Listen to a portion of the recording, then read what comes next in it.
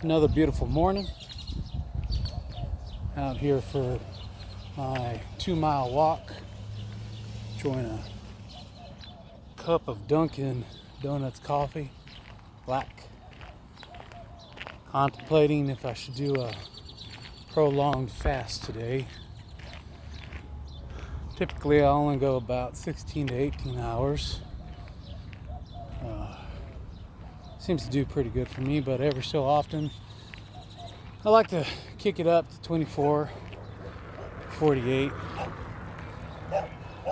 Really helps shift everything into gear and the liver and everything. Gives my stomach some time to rest. This boxer over here, beautiful. Likes to bark at everyone that's walking and riding by. I was out here yesterday morning. Had this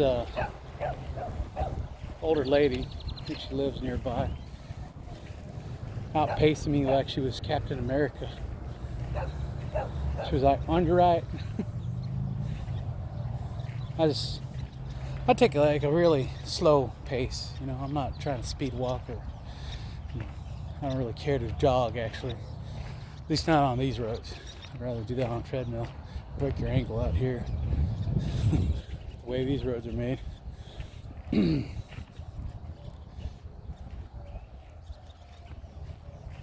Anyway, back to the whole fasting. I like to do that to really get the weight loss. Morning! Hopping again. Good to see a bunch of people out here. Guess I had been coming too early. Usually I only see like 1, 2 people at least.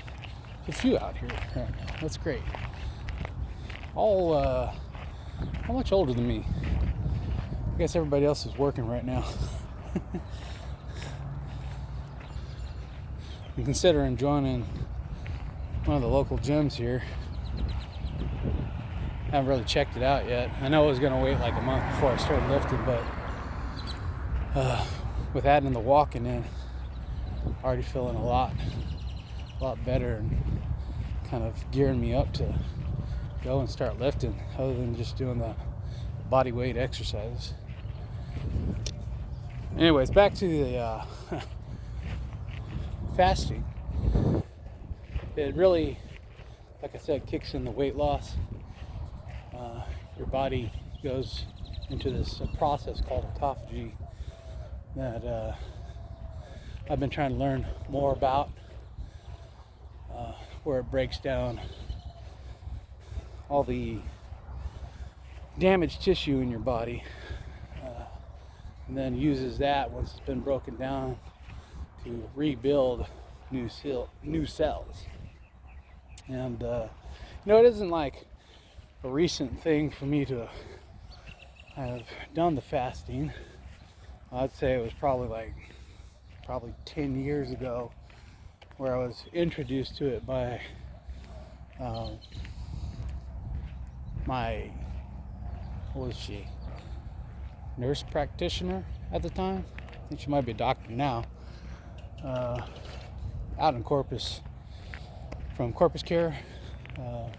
Petty is the last name.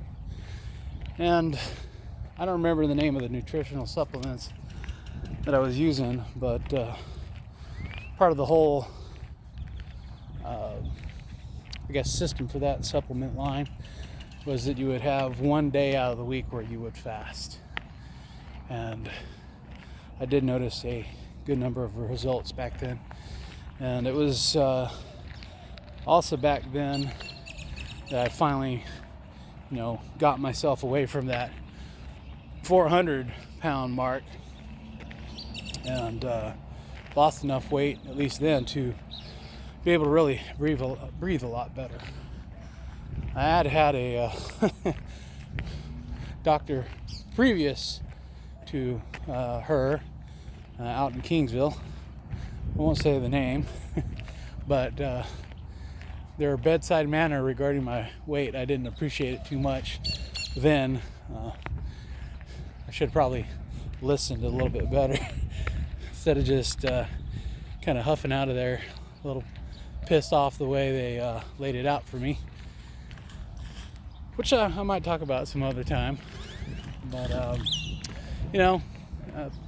Petty had a much better bedside manner when it came to talking to her clients about their weight and what they needed to do to bring it down. She was also the one that identified that I might have, what are those allergies called? Gluten allergy, right? Gluten allergy. And that was probably what was causing all the majority of the inflammation in my joints and body. And so we decided that I should try and stop eating any kind of foods that had gluten in them. Of course, wheat products. And I did. And then also she said, if you're drinking too, you need to avoid any kind of alcohols made from the same things. And so we did that. And I kind of went back to her in a few weeks for a follow-up. And sure enough, a lot of the puffiness went away. And a lot of the swelling went down. My joints didn't ache as much. I'd lost weight from not eating that. So basically, put me on my first real kind of keto diet. Before that, I had done Atkins with my family, the whole family, several years earlier. And we lost a ton of weight. Between the four of us, we all were doing great. I think that was the last time my parents actually went out dancing together. I wish we all had really stuck to that path. It would have been much better for us in the long run.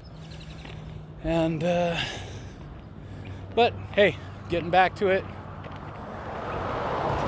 just learned a lot more about health since then, about eating a better diet, more about proper nutrition.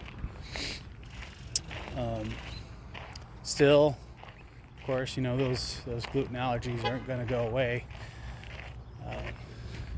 It's the kind of things that can sometimes lead to celiac disease. Former customer slash, friend. Of course, all my customers that I had back at the comic book store was friendly with. Ended up suffering from severe celiac disease. I think I'm saying that right. Celiac disease. It's the lining on the inside of the intestines that absorbs nutrients. And fortunately, he did pass away from that. And when I was talking to Dr. Petty, I was like, is that kind of thing possibility? And she said, yeah, well, if your allergies to it are severe enough, it does eventually wear down on the lining. And then, yes, you will stop eventually absorbing nutrients from your food, which leads to starvation, Not quite like starving when you would fast yourself, but just severe nutrient deficiencies. And, a lot of people will think, oh, that's just a bunch of hooey. It's not real. But it is. There's a lot of people that do have gluten allergies and they don't even know it. Now, really, you should probably test for it to see if you have it. She had seen enough people with it that she kind of could guess that might have been my issue. We didn't actually test for it and just said, you know what, let's go ahead and just cut this stuff out and see how your body reacts. And of course, it reacted well to doing so. And then, you know, when I fell back into the eating carbohydrates, you know, wheat-based stuff, the gluten did indeed affect my joints. Like right now, before I started all this, back, what was it again? May 10th, I was eating carbs. Severe joint pain. No, I wouldn't say severe. It was more like mild. Except for occasionally when I get issues with my neck, I basically couldn't feel my hands or arms. At that point, it was just like a numb pain, tingling in the fingers. Have trouble hanging onto tools or drawing or painting or even throwing pottery. But you know, is what I do. It's what I teach. So that was a big issue, and the only thing that would remedy it at the time was usually a trip to the chiropractor to reset everything. But a lot of the issues was the swelling, right? The inflammation and the swelling, putting pressure on all those areas around the neck and my shoulders, pinching on the nerves, because the chiropractor would only be like a temporary thing, and then everything would get out of whack again. But whenever I've been on like a no carb diet, you know, doing keto, all those issues seem to alleviate themselves. You know, they just kind of fade away. So I haven't really had that for this. I'd say about probably 10 days into starting the keto again. It just, you know, just went away. All that numbness in the arms and the hands, gone at this point. So, for me, it's best to avoid carbs in general. Now, that's the carbs with the gluten in it, of course. I could still have potatoes and rice, you know, as long as I just avoid kind of like the enriched rice, but you know, just whole grain type stuff. I wouldn't have it that often. There's some other effects of this diet that I might talk about later that, at least for guys, can experience. It's just kind of temporary. I often find that goes away when you eat some carbs, and bam, you're right back at that again. But well, I'll just say it, you get like a bit of a libido drop sometimes.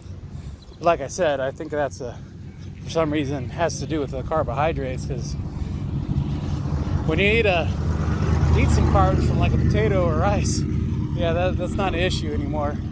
A day later, picks back up. So, anyways, yeah, and I'm thinking about doing a longer fast over the next couple of days. I'm not having to drag my parents to the doctor's office all week. It's only going to be, it was only twice this week, so I already did that yesterday. So now I can just like concentrate on working out these next couple of days, walking, doing the body weight exercises, go look into that gym, and do a prolonged fast. And I've got to really keep myself busy usually when I'm doing those prolonged fasts. And that way I don't actually think about it when I do get hungry. Because there's, of course, periods throughout the day where you'll have what they call a ghrelin spike. And that's what causes the hunger. And it usually comes around those times in the day that you would have your typical meals. And as long as I'm busy and I push through that spike, the ghrelin will drop back down, being produced by the body, and the hunger subsides, and then you're fine until it spikes again. Anyway, we'll see how it goes. See if I can make it at least 24 hours. Y'all have a nice day.